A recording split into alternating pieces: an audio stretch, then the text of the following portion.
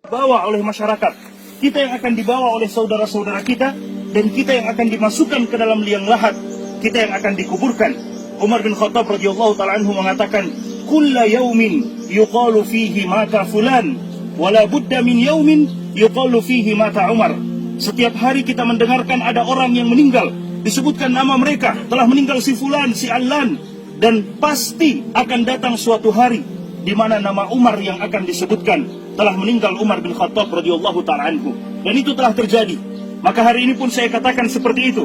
Setiap hari kita mendengarkan ada orang yang meninggal, pasti akan datang suatu hari nama kita yang akan disebutkan, saudara-saudara sekalian. Nama kita yang akan disebutkan, telah meninggal kita semuanya. Disebutkan nama-nama kita menuju kepada Allah Subhanahu wa ta'ala. Suatu ketika peristiwa yang sama terjadi kepada Al-Imam Al-Hasan Al-Basri rahimahullahu ta'ala. Ketika selesai menguburkan jenazah, ada seorang laki-laki datang yang sekedar ikut menguburkan jenazah. Dia tidak tahu siapa jenazah yang meninggal ini. Maka dia bertanya kepada Imam Al-Hasan Al-Basri, siapa orang yang meninggal ini wahai Imam? Al-Imam Al-Hasan Al-Basri kemudian melihat kepada orang yang bertanya tersebut dan mengatakan, hadza ana wa anta, ini adalah aku dan kamu kelak yang akan dipanggil oleh Allah Subhanahu wa ta'ala. Bukan siapa-siapa, ini adalah kita, saudara-saudara sekalian. Karena kelak kita yang akan dikuburkan seperti ini. Kemudian Al-Hasan Al-Basri mengatakan, ya bna Adam, innama anta ayyam, idza dhahaba yaumuka dhahaba ba'duka. Wahai anak cucu Adam, sesungguhnya engkau hanyalah hitungan hari demi hari. Jika sehari dari kehidupan kita pergi, bukan berarti umur kita bertambah, tidak. Tapi jatah kehidupan kita hidup di dunia itu semakin berkurang. Sehari dari kehidupan kita pergi, berarti semakin dekat kita menuju kepada Allah Subhanahu wa ta'ala. Rasulullah SAW setelah melaksanakan penguburan jenazah seperti ini, Rasulullah SAW juga mengatakan kepada sahabat-sahabatnya, ya ikhwani, limithli hadza fa'iddu, wahai saudara-saudaraku, untuk keadaan yang seperti ini, maka persiapkanlah bekal. Persiapkan bekal, karena pasti kita akan seperti ini. Persiapkan bekal, karena ketika kita selesai dimakamkan, tidak mungkin lagi kita untuk kembali ke dunia, untuk menyiapkan, untuk beramal kebaikan. Tidak mungkin. Setelah kita dikuburkan, selesai. Dan itulah yang disebutkan oleh para ulama kita dengan kiamat sukro buat kita. Kiamat kecil buat kita ketika kita telah dikuburkan. Karena tidak mungkin kita bangkit lagi untuk beramal ibadah. Selesai. Apa yang telah kita kerjakan akan kita dapatkan hasilnya. Dan apa yang kita lakukan dari dosa dan maksiat akan kita lihat juga hasilnya di hadapan Allah Subhanahu wa ta'ala. فَمَنْ يَعْمَلْ مِثْقَالَ ذَرَّةٍ شَرًّا يَرَهُ وَمَنْ يَعْمَلْ مِثْقَالَ ذَرَّةٍ خَيْرًا يَرَهُ.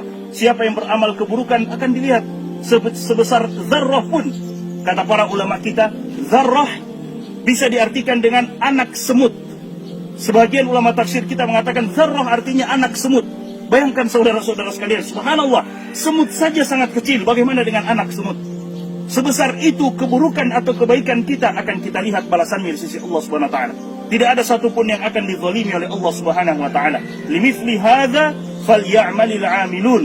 Untuk keadaan seperti ini, maka hendaklah kita mempersiapkan amalan-amalan yang terbaik. Selesai menguburkan, Nabi SAW mengatakan kepada para sahabatnya, Salullaha li akhikumut tathbit.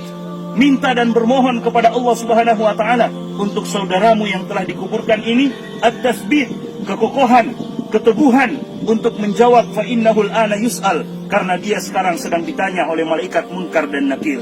Ditanya tentang man rabbuka, siapa Rabbmu? Ditanya tentang man nabiyuka, siapa nabimu? Ditanya tentang madinuka, apa agamamu? Pertanyaan yang semua kita sudah mendengarkannya, tapi tidak semua manusia bisa menjawabnya. Siapa Tuhanmu? Kita akan menjawabnya dengan ibadah kita kepada Allah Subhanahu wa ta'ala. Siapa nabimu? Kita akan mampu menjawabnya dengan bukti nyata mengikuti Nabi SAW, mengamalkan sunnah-sunnah beliau dan menjauhi perkara-perkara yang beliau tidak datang dengannya. Dan apa agamamu? Kita akan mampu menjawabnya jika kita beragama dengan agama yang dibawa oleh Nabi Muhammad SAW. 3 pertanyaan yang kita mampu menjawabnya sesuai dengan bagaimana kita mengamalkan 3 hal tersebut di kehidupan dunia ini. Nabi SAW mengatakan seperti itu kepada para sahabat. Kemudian Allah Subhanahu wa ta'ala berfirman di dalam Al-Quran, yuthabbitullahu alladhina amanu bil qawli tsabiti fil hayati dunya wa fil akhirah. Orang-orang yang beriman, yang teguh dengan keimanannya, yang istiqomah dengan keimanannya, mereka, kata Allah Subhanahu wa ta'ala, yuthabbitullahu alladhina amanu bil qawli tsabit. Allah akan kokohkan mereka dengan perkataan yang kokoh, perkataan yang kuat, yaitu la ilaha illallah. fil hayati dunya, dalam kehidupan dunia mereka, wa fil akhirah, dan dalam kehidupan akhirat mereka. Dan kita semua tahu, kuburan bukan rumah terakhir buat seseorang, tapi kuburan adalah rumah pertama menuju negeri akhirat. Sebagaimana yang diriwayatkan oleh Utsman bin Affan radhiyallahu taala anhu, ketika beliau menziarahi kubur, beliau menangis, saudara-saudara sekalian, sampai basah jenggot beliau. Para sahabat yang melihat itu mengatakan, ya Utsman, dzukirat indakal jannah wan nar, disebutkan di sisimu tentang surga dan neraka, engkau menangis, tapi tidak seperti tangisanmu ketika engkau berada di sisi kuburan. Maka Utsman bin Affan mengatakan, karena aku mendengarkan Nabi SAW bersabda, al-maqabir awwalu manazilil akhirah, kuburan adalah rumah pertama menuju negeri akhirat. Jika kita selamat di kuburan kita, saudara-saudara sekalian, maka yang selanjutnya akan dimudahkan oleh Allah Subhanahu wa taala. Namun jika kita disiksa di dalam kuburan kita, maka bagaimana dengan yang selanjutnya? Rasulullah SAW mengatakan kuburan hanya akan menjadi dua. Imma yakuna raudatan min riyadil jannah, atau hufratan min hufarin niran. Entah dia menjadi taman dari taman-taman surga, atau dia menjadi lubang dari lubang-lubang api neraka, waliyadzubillah. Dan kemudian setelah menguburkan jenazah seperti ini, Nabi SAW mencontohkan kepada kita, menganjurkan kepada kita untuk sejenak berdoa, meminta kepada Allah Subhanahu wa taala agar Allah Subhanahu wa taala mengampuni kita yang ditinggalkan, memberikan kesempatan kepada kita untuk juga beramal. Salah satu doa yang Nabi SAW ajarkan pada saat sholat jenazah, saudara-saudara sekalian, pada saat sholat jenazah, Nabi SAW di antara doa yang beliau ucapkan, Allahumma la taftinna ba'dahu waghfir lana walahu. Ya Allah, jangan engkau berikan ujian kepada kami setelah orang ini meninggal, dan berikan ampunan kepada kami dan kepadanya. Karena orang yang telah meninggal selesai urusannya dengan Allah Subhanahu wa taala. Minal mu'minina rijalun minal mu'minina